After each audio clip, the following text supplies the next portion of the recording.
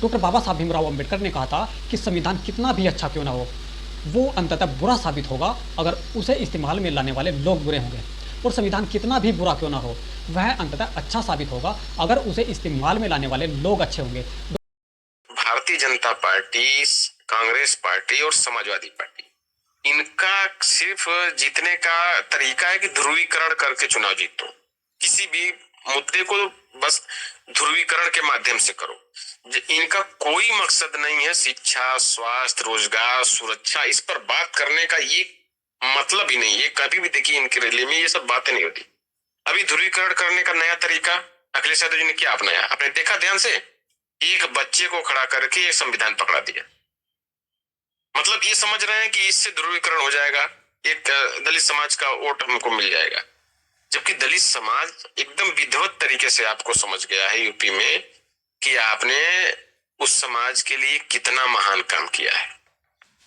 SC ST का 2 लाख लोगों को डिमोशन किया, बाबा साहब के स्मारक को अयासी का अड्डा बताया, आरक्षण को संसद से लेकर विधानसभा तक खत्म करने की बात की, और जब मौका मिला तो उनको ठेकेदारी से हटाया, उनकी जो पट्टे वाली जमीन थी उसको छीना, और जो बैनामा का सिस्टम था कि भाई SC की जमीन कोई नहीं ले सकता उसको आपने हटाया। तो ये घटिया तरीका जो अपना रहे हैं, तो ये उसी तरीके का ये षड्यंत्र है कि ये ध्रुवीकरण करना चाहते हैं और इनके पास कोई मुद्दा नहीं बचा। कांग्रेस का देख लीजिए, कांग्रेस क्या कर रही है? कांग्रेस आरक्षण की बात कर रही, जातीय जनगणना की बात कर रही, जबकि 54 साल तक, 54 क्या 60 साल तक केंद्र में उन्होंने राज किया है।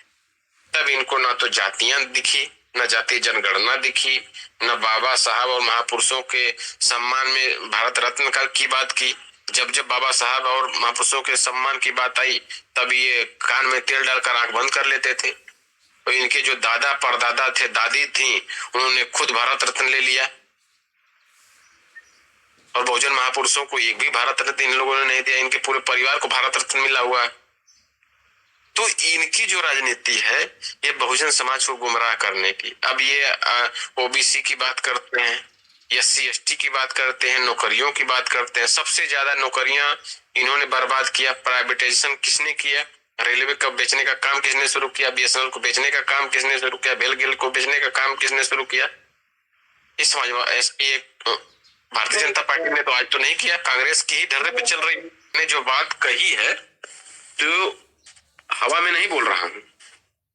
ऐसा नहीं कि आज स्पेस में आ गया बोल रहा हूं, इसके पीछे रिकॉर्ड। 1947 में देश आजाद हुआ, 26 जनवरी 1950 को संविधान लागू हुआ। इसके बाद क्या हुआ? किसकी सरकार थी? कौन लोग सत्ता में थे? आज 75 साल हो चुके हैं आजादी को। देश आज भी गरीबी से जूझ रहा है। 81 करोड़ लोग 5 किलो राशन पर जीने के मजबूर हैं। क्यों भाई? उसमें गलती किसकी है? आरक्षण वालों की गलती है? SC ST OBC ने देश की कमाल संभाल रखी थी? हम तो सवाल कर रहे हैं ना। तब आपको क्यों नहीं दिखा जब आपके बाप दादा इसी दलित मुस्लिम समाज के वोट को लेकर सत्ता में बैठते थे, माइनॉरिटी होते हुए? तब आपको याद नहीं आया? जब सत्ता से चले गए, सत्ता से दूर कर दिया बहुजन समाज पार्टी ने, बहुजन समाज पार्टी के मसीहा ने, मान्यवर कांसीराम साहब ने आईना दिखा कर, तो आज आपको दलितों की याद आ रही है, पिछड़ों की याद आ रही है। तो हमें सब मालूम है कि आप सिर्फ चुनाव जीतने के लिए सब षड्यंत्र कर रहे हो, और हमें ही नहीं पूरे देश को मालूम हो चल चुका है। अब ध्रुवीकरण की राजनीति नहीं चलने वाली है। भारतीय जनता पार्टी और कांग्रेस ने जो ध्रुवीकरण का 2014 में खेल शुरू किया था, 10 साल हो चुके हैं पूरे। गांव में कहावत है, चलन 40 बरस, दशा 10 बरस। तो इनका जो चलन ठीक नहीं है, इसलिए वो 40 बरस नहीं जा सकते। अब दशा इनकी खराब हो चुकी है, तो 10 बरस के लिए इनको देश ने मौका दिया था। अब इनकी दशा, इनके पाप का घड़ा भर चुका है, तो अब इनकी विदाई का वक्त आ गया है।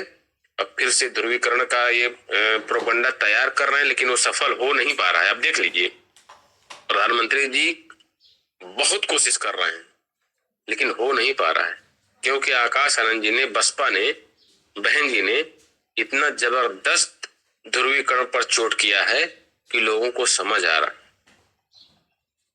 हिल गई है बीजेपी। जो 400 का नारा दे रहे थे, उत्तर प्रदेश में 80 सीट जीतने का दावा कर रहे थे, कहीं 40 जीतने का भी दावा नहीं ठोक रहे हैं इनके नेता। देख लीजिए, पश्चिमी यूपी में चले जाइए, क्षत्रिय समाज बगावत पर है, और भी पश्चिमी यूपी में त्यागी समाज बगावत पर है। दलित समाज, मुस्लिम समाज तो पहले से ही इनकी नीतियों से खफा है। फिर इनके पास साथ है कौन? सिर्फ जुमला है 400 का, बचा है कौन?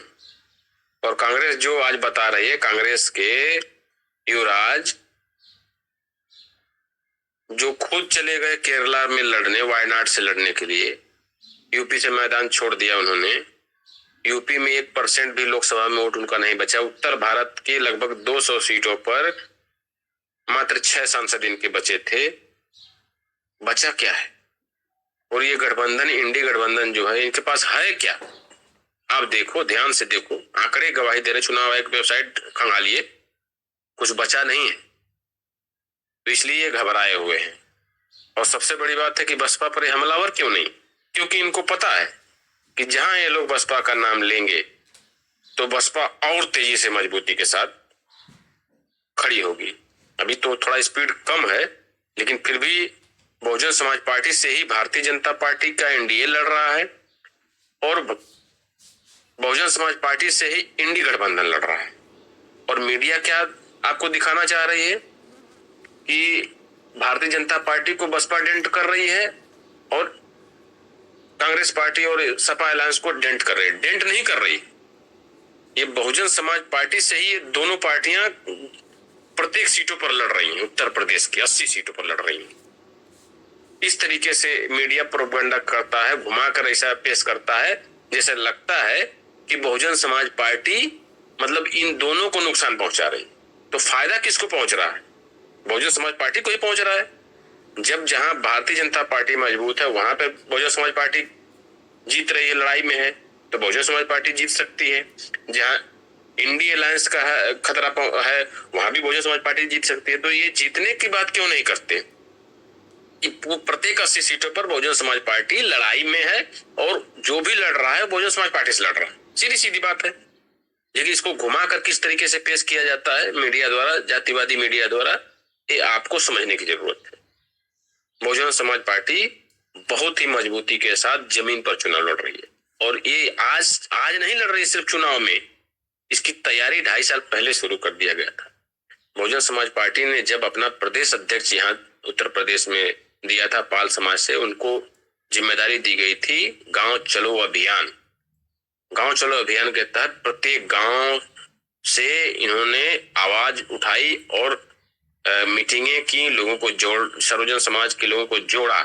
इसके बाद आपने देखा होगा 6 महीने बाद यही नारा चुरा कर भारतीय जनता पार्टी ने भी गांव चलो अभियान चालू किया था। गोरखपुर में योगी जी ने शुरुआत की थी। तो ये जो है कि ये बस बहुजन समाज पार्टी का ही नारा चुराने का काम करते हैं, इसमें थोड़ा बहुत फेरबदल करके नौटंकी फैलाते हैं। बहुजन समाज पार्टी ने जमीनी स्तर से काम करना शुरू किया है और आगे भी करती रही है। ऐसा नहीं है कि आज शुरू किया। बहुजन समाज पार्टी का जो संगठन है, ये रोज 7 दिन, महीने के 30 दिन, साल के 365 दिन काम पर लगा रहता है, लेकिन ये हो हल्ला नहीं करता, ये तोड़ फोड़ नहीं करता, आंदोलन नहीं करता। तो लोगों को लगता है कि बहुजन समाज पार्टी बहुत शांत है, कुछ नहीं कर रही। यही प्रोपेगेंडा ये कर रहे थे मीडिया वाले। लेकिन जब बहन जी और आकाश आनंद जी ने मैदान में उतरने का तैयार किया, तो इन्होंने, मीडिया वालों ने नहीं बोलना शुरू किया कि भाई अब तो ये इतनी रैलियां कर रहे हैं, यहाँ जा रहे हैं, वहां जा रहे हैं। वो तो सोशल मीडिया की वजह से ये सब चीजें बहुत जबरदस्त, आप लोग और हम लोग बहुजन समाज के लोगों ने इस तरीके से सोशल मीडिया पर चीजें वायरल की हैं कि मीडिया को मजबूर होना पड़ा है। नहीं तो मीडिया आज भी वही बताती, क्योंकि पिछले चुनाव में जो था 2022 के चुनाव में हमारे सोशल मीडिया में हमारे जो बहुजन समाज के लोग थे, खासकर दलित समाज के लोग, उतने एक्टिव नहीं थे, लेकिन इस समय बहुत बड़े पैमाने पर एक्टिव हो गए। विरोधी हमारे सोशल मीडिया पर आकर कटाक्ष नहीं कर पा रहा, हिम्मत नहीं है, उसको जवाब इतना सटीक मिल रहा है संवैधानिक तरीके से कि वो मैदान छोड़कर भाग जा रहा है। आप अगर देखेंगे हमारे स्पेस में उठाकर देख लीजिए कौन लोग हैं, वो आना नहीं चाहता है क्योंकि उनके पास कोई सवाल ही नहीं है और हम लोगों के सवाल का जवाब ही नहीं है। नहीं तो अन्य जो कांग्रेस और बीजेपी वाले स्पेस लगाते हैं, आप देखिए उसमें सिर्फ इधर उधर की बकवास करते रहते हैं, लेकिन जहां जवाब देना इनको पड़ेगा वहां ये टिकेंगे नहीं। बहुजन समाज पार्टी का जो कार्यकर्ता है, वर्कर है, वो जवाब देना बेहतरीन तरीके से जानता है, संवैधानिक तरीके से जानता है, कैडराइज है। जी, अब कोई अपनी बात रखना चाहता है, किसी का सवाल है मुझसे, तो मैं उसका जवाब दूंगा, बिल्कुल कर सकता है।